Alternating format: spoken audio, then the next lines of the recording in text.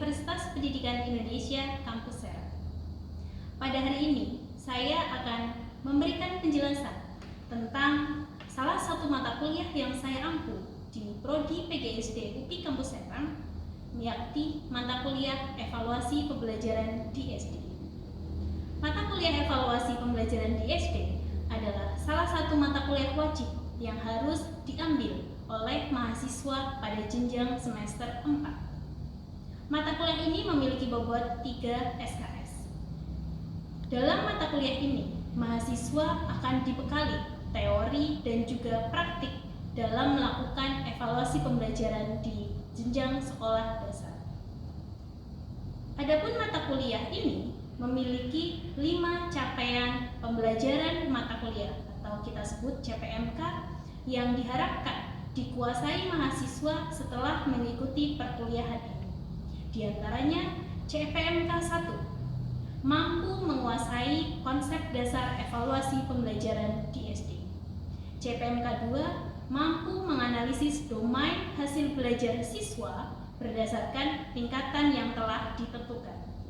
CPMK 3, mampu mengembangkan instrumen tes dan juga instrumen non-tes dalam mengukur hasil belajar siswa sesuai dengan prosedur yang telah ditentukan. Selanjutnya CPMK 4, mampu menganalisis butir soal secara kuantitatif maupun kualitatif berdasarkan instrumen yang telah dikembangkan. Dan yang kelima adalah mampu membuktikan validitas dan mengestimasi reliabilitas instrumen tes maupun non-tes yang telah dikembangkan oleh mahasiswa dan diuji cobakan di lapangan untuk diambil hasilnya. Mahasiswa akan belajar selama 16 kali pertemuan, termasuk 1 pertemuan ujian tengah semester dan 1 pertemuan ujian akhir semester, dengan pokok bahasan diantaranya: pertemuan pertama, konsep dasar dan tujuan evaluasi; pertemuan kedua, jenis, prinsip, dan fungsi evaluasi; pertemuan ketiga dan 4, mahasiswa akan belajar mengenai hasil belajar siswa meliputi 3 aspek, yakni kognitif, afektif, dan juga psikomotor. Pertemuan 5 dan 6 akan belajar terkait teori dan praktik pengembangan instrumen tes. Pertemuan ke-7 mengenai materi teori dan praktik analisis butir soal secara kualitatif berdasarkan instrumen tes yang sudah dikembangkan pada pertemuan sebelumnya. Masuk di pertemuan ke-8 akan ada ujian tengah semester. Pertemuan 9 dan 10 masuk pada teori dan praktik pengembangan instrumen non-tes. Pertemuan 11 dan 12 masuk pada materi teori dan praktik membuktikan validitas instrumen tes maupun non-tes. Dan pertemuan yang ke-13 dan 14 adalah teori dan praktik mengestimasi reliabilitas instrumen tes dan juga non-tes. Masuk di pertemuan ke-15 adalah materi terakhir, yakni teori dan praktik analisis butir soal secara kuantitatif. Dan di pertemuan ke-16 akan ada ujian akhir semester. Metode pembelajaran yang digunakan dalam mata kuliah evaluasi pembelajaran di SD diantaranya ceramah, team-based project, presentasi, diskusi, dan juga tanya jawab. Bobot penilaian dalam mata kuliah ini terdiri atas 20% UTS, 20% UAS, 15% keaktifan, 10% kehadiran, dan 35% proyek hasil perkuliahan. Selanjutnya, untuk referensi dalam perkuliahan ini dapat diakses mahasiswa baik secara hard maupun soft file. Setelah ini, kita akan melihat cuplikan video pembelajaran perkuliahan evaluasi pembelajaran di SD pada pertemuan pertama. Selamat menyaksikan dan terima kasih. Assalamualaikum warahmatullahi wabarakatuh. Waalaikumsalam warahmatullahi wabarakatuh. Selamat pagi semuanya. Pagi, Bu. Gimana kabarnya teman-teman hari ini? Alhamdulillah luar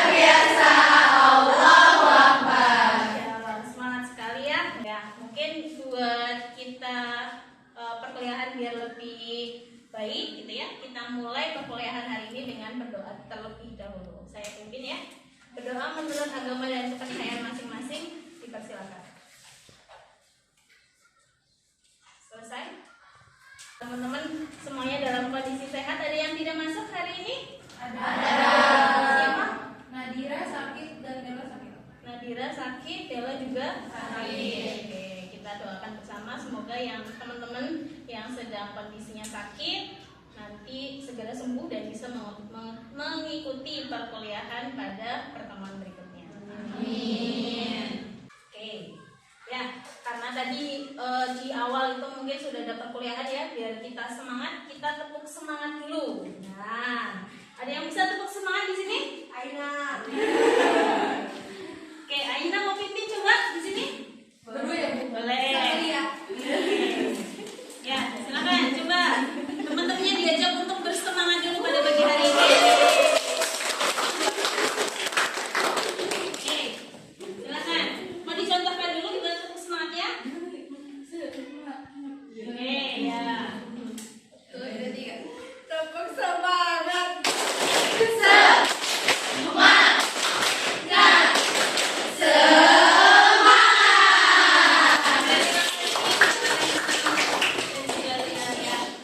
Sudah lebih semangat ya teman-teman pada pagi hari ini. Ini kita masuk di perkuliahan pertama.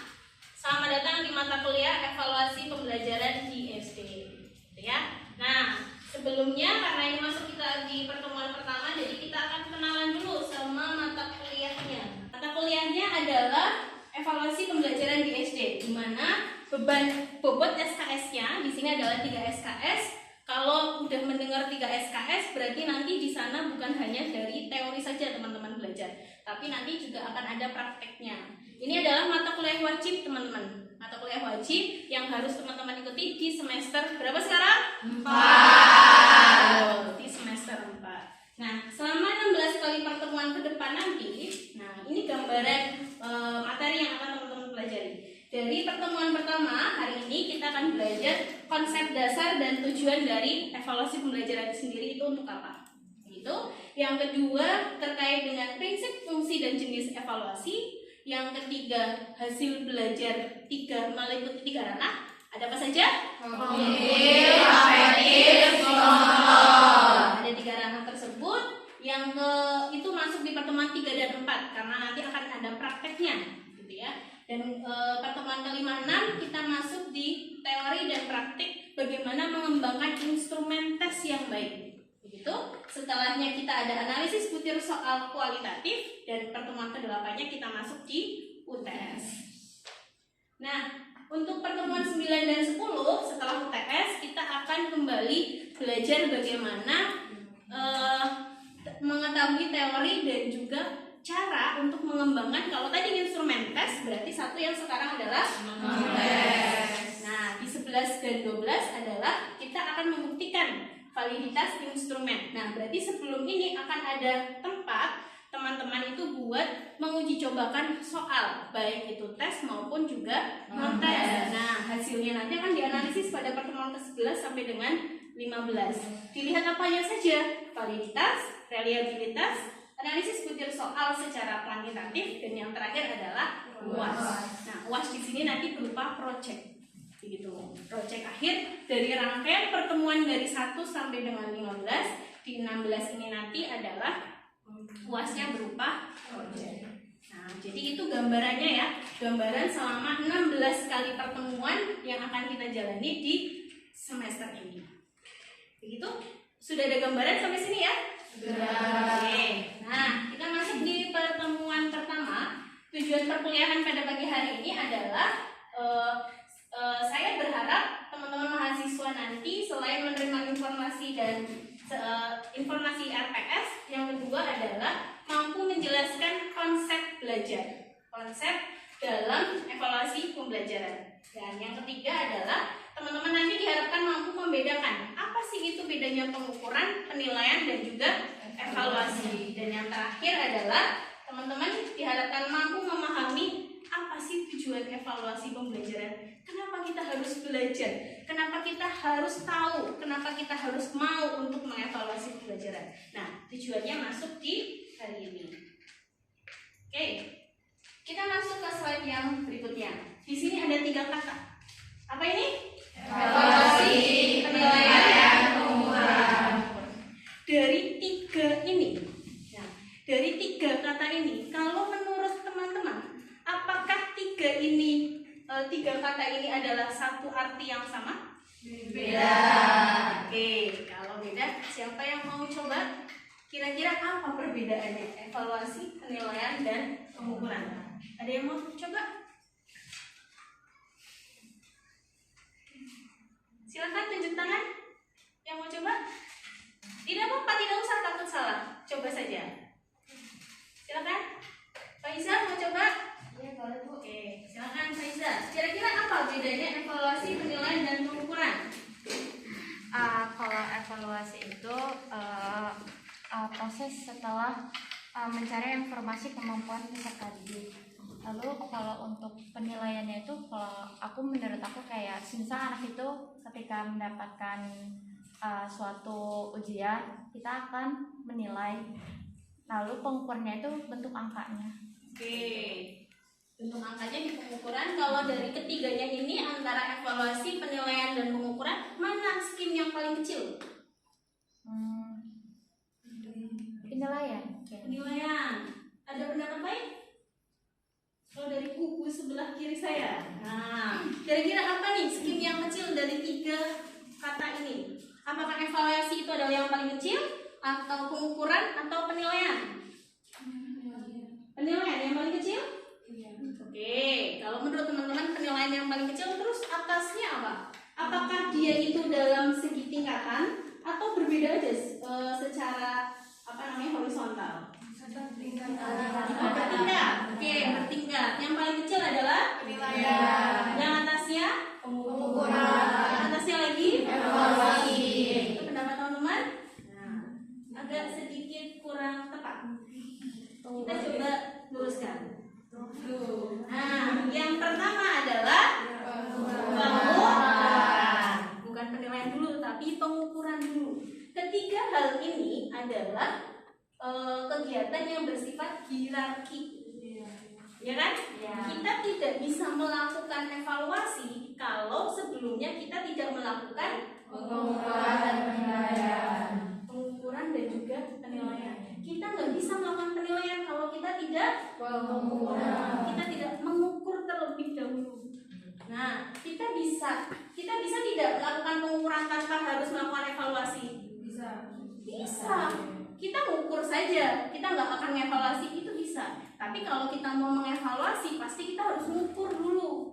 Kita harus menilai dulu, barulah setelahnya baru kita bisa mengevaluasi. Gitu. Jadi ini adalah hierarki bertingkat dan memang proses pelaksananya harus bertahap, dari pengukuran dulu, penilaian, dan evaluasi. Nah, kalau begitu perbedaannya seperti apa sih antara pengukuran, penilaian, dan evaluasi? Seperti apa perbedaannya? Kalau menurut saya, pengukuran itu seperti yang sudah dikatakan Faiza, itu berupa nilai. Jadi hasil tes yang sudah dilakukan oleh anak murid atau siswa itu harus dinilai dan menghasilkan angka. Kalau penilaian itu nanti perbandingannya gitu tuh. Jadi merupakan proses interpretasi dan pemberian nilai dan juga makna gitu tuh. Jadi setelah sudah dapat interpretasinya, barulah dilakukan yang namanya evaluasi. Jadi untuk menilai ulang apakah anak tersebut sudah tuntas atau belum. Oke, ya. Betul sekali ya. Jadi ini proses yang sangat bertahap. Di mana proses mengukur itu sendiri itu yang tadi dilakukan di tahapan pertama. Bukan kita dapetin nilai, tapi yang didapatkan adalah angka atau skor. Nah, jadi gambarannya seperti ini. Ini adalah konsep dasar evaluasi. Ketika teman-teman mau mengembangkan mau mengukur sesuatu, pasti kita membutuhkan yang namanya instrumen atau alat ukurnya kan? Nah, alat ukur itu bisa berupa tes, bisa berupa non-tes. Bisa berupa tes, bisa berupa non-tes. Dari kembangkan ini, baik tes maupun non tes, selanjutnya dikumpulkan datanya dengan cara apa? Dengan cara memberikan kepada siswa kan? Menguji cobakannya ke sekolah kan? Nah, ke siswa untuk mengerjakan. Misal kita anggaplah teman-teman membuat soal tes, gitu kan? Tes itu diserahkan diuji cobakan kepada siswa. Tes matematika misalnya. Nah, diberikan kepada siswa, nanti setelahnya baru kita koreksi kan? Kita dapat data di sini. Datanya berupa skor. Nah, proses inilah yang disebut proses pengukuran. Jadi belum sampai pada tahapan itu nilainya berapa. Nah, tahapan selanjutnya ketika teman-teman sudah dapat skor, lalu kan misal dapat dari 50 soal. 50 soal skor betulnya itu hanya 5 misalnya. Nah, 5 itu artinya apa? Skor ya kan? Tapi 5 itu kategorinya dia lulus atau tidak? Dia nilainya berapa? Itu kan belum masuk kan? Perlu untuk diolah atau ditafsirkan di sini. Nah, dari situlah nanti kita bisa mendapatkan apakah dia keputusannya kategorinya lulus ataupun tidak lulus. Karena kalau kita di sekolah pasti siswa itu pembelajaran matematika misalnya, ada KKM-nya tidak? Ada ketuntasan minimal yang harus dicapai, makanya di sini kita punya keputusan.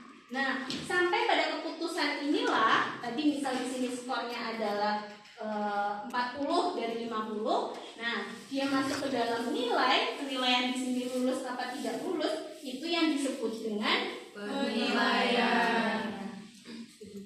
Dan yang terakhir, evaluasi. Evaluasi itu apa? Hasil dari keputusan ini diperuntukkan kepada kelas. Jadi mana siswa yang lulus berapa, yang tidak lulus berapa. Nah, otomatis nanti ada rekomendasi nggak dari situ? Ada. Nah, yang tidak lulus biasanya diapain? Dilakukan remedi. Sedangkan yang lulus dilakukan pengayaan. Itulah rekomendasinya. Kalau sampai menghasilkan rekomendasi, itu yang disebut proses evaluasi. Evaluasi itu dari sini tadi awal sampai dengan akhir. Begitu. Paham sampai sini? Paham. Secara teori, ini adalah perbedaan pengertian dari pengukuran, penilaian, dan juga evaluasi. Coba kita cermati bersama-sama di sini. Tadi teman-teman sudah mengutarakan pendapatnya apa perbedaannya. Nah, secara lebih jelasnya dilihat di sini bahwa yang disebut pengukuran adalah bagaimana kita mendeskripsikan sesuatu, baik itu objek ataupun manusia itu sendiri. Dalam bentuk apa? Dalam bentuk angka. Nah, itu tadi. Kita mau tahu gimana siswa itu pemahamannya atau pengetahuannya terhadap matematika. Nah, kan harus diangkakan kan? Dalam berupa skor tadi, itu yang disebut pengukuran. Sedangkan kalau penilaian, nah, penafsirannya itu digunakan untuk menyimpulkan suatu karakteristik seseorang. Jadi penilaian itu imbasnya kepada individu. Sedangkan yang terakhir, evaluasi, penafsiran hasil pengukuran tadi, tetapi imbasnya kepada satu kelompok orang. Kalau tadi imbasnya kepada individu itu penilaian, kalau ini imbasnya kepada kelompok. Dan yang paling penting ketika di dalam evaluasi itu pasti ada yang disebut dengan rekomendasi kebijakan. Tadi contohnya, apa rekomendasi dari proses pembelajaran di kelas? Dari ulangan matematika tadi, itu rekomendasinya adalah siswa ada yang mendapat remedi, ada yang harus pengayaan. Nah, itu adalah penjelasan dari perbedaan antara penilaian, pengukuran, dan juga evaluasi. Sampai sini ada pertanyaan? Belum ada? Oke, kita lanjutkan sebentar. Nah, di sini ada contoh kasusnya. Contoh kasus, di sini ada seorang guru matematika ingin mengetahui kemampuan siswanya. Kalau ingin mengetahui kemampuan siswa dalam hal ini adalah kognitif, berarti tekniknya yang paling tepat pakai apa? Tes. Untuk itu guru menyelenggarakan tes ulangan harian matematika. Hasilnya itu diberi dengan skor. Nah, selanjutnya skor tersebut diberi makna, lulus KKM atau tidak lulus KKM. Nah, hasil akhirnya menunjukkan itu 70% siswa itu sudah lulus KKM. Sedangkan sisanya berarti 30% dia belum lulus KKM. Nah, tadi yang sudah lulus diberikan pengayaan, yang belum diberikan remedial. Nah, dalam kasus di atas ini, ada yang mau coba poin atau kalimat berapa yang menunjukkan pengukuran? Jadi, Kayla coba. Pengukuran ya, Bu? Ya, pengukuran ada di mana? Pengukuran ada di poin hasil ulangan siswa diberi skor. Oke, hasil ulangan siswa diberi skor. Kalau yang sebelum ini disebut apa? Dari seorang guru sampai dengan matematika ini? Itu buat menentukan instrumennya. Betul, menentukan instrumen apa yang mau digunakan, Iya. tes ataupun non-tes. Betul sekali, pengukuran. Penilaian, ada yang mau coba? Aina? Dari hasil akhir menunjukkan bahwa yang itu selanjutnya skor tersebut diberi makna lulus KKM atau belum lulus KKM. Sampai sini saja? Atau ada tambahan lagi? Ada tambahan? Sampai mana? Sampai sisanya 30% siswa sudah lulus KKM. Jadi Sampai hasil sini akhir maksudnya? iya. Nah, coba dicek kembali. Kalau penilaian tadi imbasnya kepada individu. Kalimat mana yang berimbas kepada individu? Lulus KKM. Apa cukup sampai sini atau di sana? Sampai KKM, lulus KKM ini atau lulus KKM ini? Saya kasih A atau B? A, betul. Ini adalah poin penilaiannya di sini. Kenapa ini dia tidak masuk ke penilaian? Betul, untuk menentukan 70% dalam satu kelas, 30% dalam satu kelas, berarti kan itu udah kita menghitung secara kelompok. Nah, itu yang disebut evaluasi. Rekomendasinya apa di sini?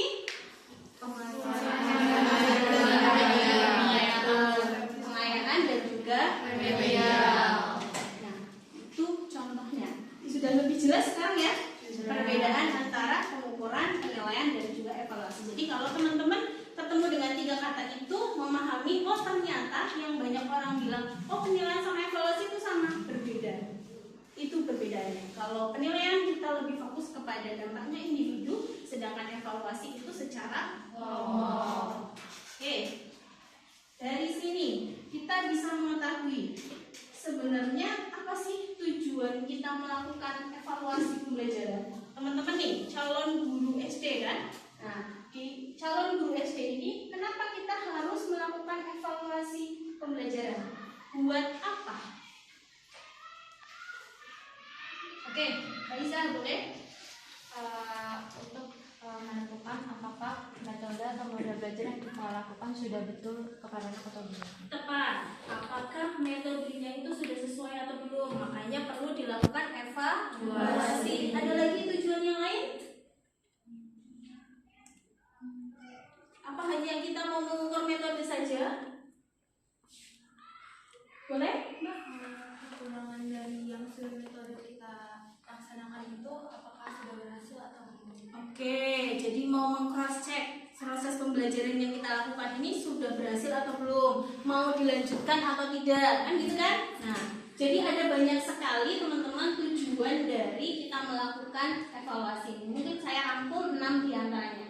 Yang pertama, kita mau mengetahui apakah dia efisien atau tidak metode yang kita gunakan. Oh, ternyata saya menggunakan metode problem based learning misalnya. Pembelajaran berbasis masalah, efektif apa tidak dalam materi A? Oh, ternyata efektif, misalnya. Terus berarti bisa dilanjutkan lagi. Yang kedua, mengetahui efektivitas proses pembelajaran yang dilaksanakan. Efektif apa tidak? Nah, proses pembelajarannya. Mengetahui seberapa jauh yang telah dicapai. Nah, dalam prosesnya, nanti pekan berikutnya kita akan belajar tuh apa perbedaannya dari yang evaluasi di tengah sama evaluasi di akhir. Jangan, itu kan ada ya perbedaannya. Nah, jadi untuk mengetahui hasil yang telah dicapai itu sudah seberapa jauh. Yang keempat, kita juga bisa mengetahui dampak apa yang terjadi dari proses pembelajaran tersebut. Sampai sini pembelajaran kita, masih ada yang mau ditanyakan? Cukup? Sudah jelas? Oke, kalau sudah jelas, kalau dirasa sudah tidak ada pertanyaan dari teman-teman, nah, untuk pembelajaran pada pertemuan pertama hari ini saya cukupkan sampai di sini. Silahkan nanti bisa dipelajari modul yang saya share di spot terkait dengan fungsi, prinsip, dan juga jenis evaluasi yang akan kita pelajari di pertemuan berikutnya. Oke? Sekian untuk hari ini. Semoga apa yang sudah disampaikan menjadi manfaat buat teman-teman semuanya. Sekian. Wassalamualaikum warahmatullahi wabarakatuh. Waalaikumsalam warahmatullahi